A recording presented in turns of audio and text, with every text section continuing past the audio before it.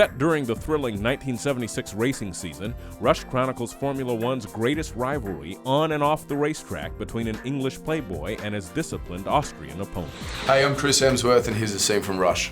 That was the racetrack. There's been an accident. Driver's been injured. He's coming in now. Hello. I think the racetrack telephoned ahead that I was coming.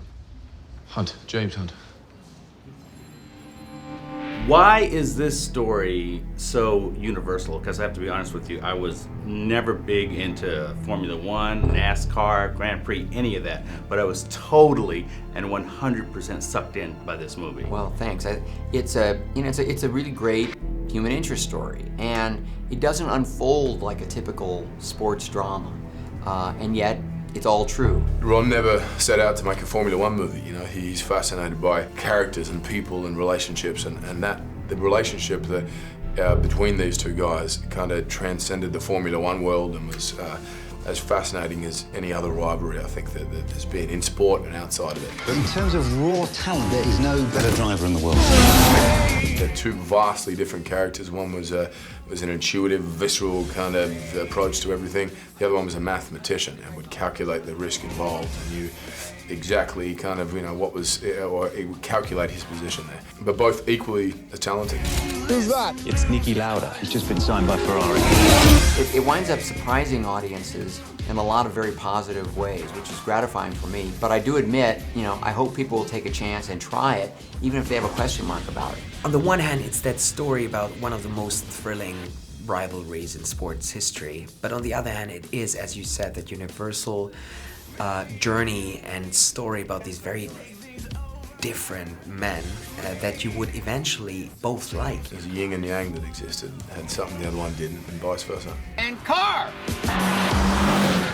I just wanted it all to be of one piece.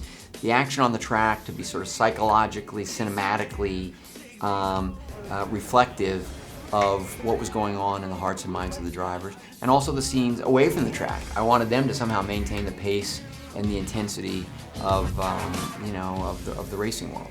I don't care about racing. I didn't know who these people were.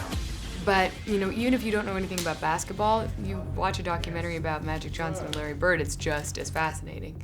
It's a compelling story because the people are extraordinary. To be a champion, you have to really believe it. You're just a party guy. You got to talk to and meet with the real Nicky Lauda. I did.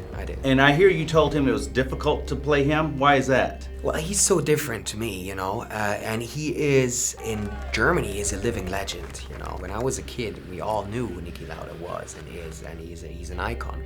So, of course, you feel that responsibility and that weight on your shoulder if you have to play a guy like him. I'm both quicker than you and better at setting up the car.